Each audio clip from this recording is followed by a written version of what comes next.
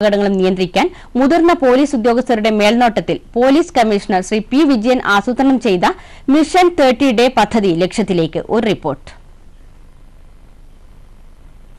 ജനുവരി 21 മുതലാണ് പോലീസ് ആവിഷ്കരിച്ച mission 30 days കർമ്മ പദ്ധതിക്ക് തിരുവനന്തപുരം ജില്ലയിൽ തുടക്കമായത്. മിഷൻ 30 ഡേയ്സ് ഒരു ഹോളിവുഡ് ത്രില്ലർ സിനിമയെ അനുസ്മരിപ്പിക്കുന്ന പേര് പോലെ തന്നെ 5 ഘട്ടങ്ങളിലായി ചടുലതയോടെ പോലീസ് ഉണർന്നു പ്രവർത്തിച്ചപ്പോൾ നിരത്താൻ നേട്ടങ്ങൾ അനവധിയാണ്. കുറ്റകൃത്യങ്ങൾക്ക് തടയിടാനും വാഹനാപകടങ്ങൾ ഗണ്യമായി കുറയ്ക്കാനും പോലീസ് വിരിച്ച വലയിൽ ഹരിഹരവർമ്മ കൊലക്കേസ് പ്രതികളെയും ബണ്ടിച്ചോർ അടക്കമുള്ള നിരവധി കുപ്രസിദ്ധ മോഷ്ടാക്കളെയും കൊടുക്കാനായി. കെട്ടിക്കിടന്ന 1000-ഓളം കേസുകളിൽ അന്വേഷണം പൂർത്തിയാക്കി കുറ്റപത്രം കോടതിയിൽ നൽകാനും സാധിച്ചു.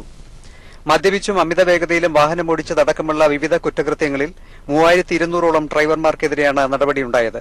ഓട്ടം പോകാൻ വിസമ്മതിച്ചതടക്കമുള്ള കുറ്റകൃത്യങ്ങൾക്ക് 1600-ഓളം ഓട്ടോറിക്ഷ ഡ്രൈവർമാർക്കെതിരെയും നടപടികളുണ്ടായി. നഗരത്തെ സുരക്ഷിത വലയത്തിലാക്കുന്നതിനും ട്രാഫിക് കുറ്റകൃത്യങ്ങളടക്കം കണ്ടെത്തുന്നതിനുമായി CCTV ക്യാമറകളുടെ എണ്ണം 331 ഉയർത്തി.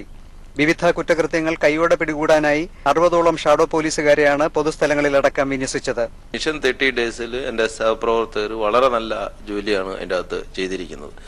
അത് ഒളിവിൽ കഴിയുന്ന നിരവധി പ്രതികളെ നമുക്ക് പിടിക്കാൻ പറ്റിയെന്നുള്ള കേസുകളുടെ അന്വേഷണത്തിൽ കാര്യമായിരിക്കുന്ന പുരോഗതി നമുക്കുണ്ടാകാൻ പറ്റും. ഏകദേശം 1000-ഓളം കേസുകൾ ഈ സമയത്തിനുള്ളിൽ നമ്മൾ കോടതിയിൽ അന്വേഷണം പൂർത്തിയാക്കി കോടതിയിൽ കൊടുക്കാൻ പറ്റി എന്നുള്ളത് വലിയൊരു നേട്ടമാണ്.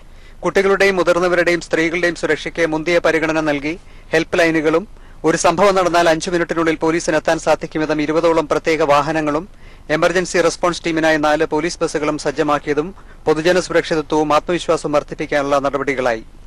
മദ്യ മയക്കുമരുന്ന് വിതരണവും വിപണനവും തടയാൻ നീക്കങ്ങളുണ്ടായി. സ്റ്റുഡൻസ് പോലീസ്, ജനമൈത്രി സുരക്ഷാ പദ്ധതി എന്നിവ ശക്തിപ്പെടുത്തുക എന്നതും ഈ കർമ്മ പദ്ധതിയുടെ ഭാഗമായിരുന്നു.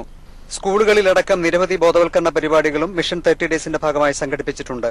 പോലീസ് നടപടികൾ സജീവമാക്കി നിർത്താൻ തന്നെയാണ് പോലീസ് അധികൃതരുടെ തീരുമാനം. സംസ്ഥാനത്തെ മറ്റു ജില്ലകൾക്കു കൂടി മാതൃകയാക്കാവുന്ന തരത്തിലുള്ള മികച്ച പ്രകടനമാണ് മിഷൻ 30 ഡേയ്സ് പദ്ധതിയിലൂടെ തിരുവനന്തപുരം ജില്ലയിലെ പോലീസ് സേന പുറത്തെടുത്തത്. ദൂരദർശൻ വാർത്തകൾക്കു വേണ്ടി തിരുവനന്തപുരം ജില്ലാ പോലീസ് ആസ്ഥാനത്തു നിന്നും സുനിൽ കുമാറിനൊപ്പം CJ വാഹിദ്. 48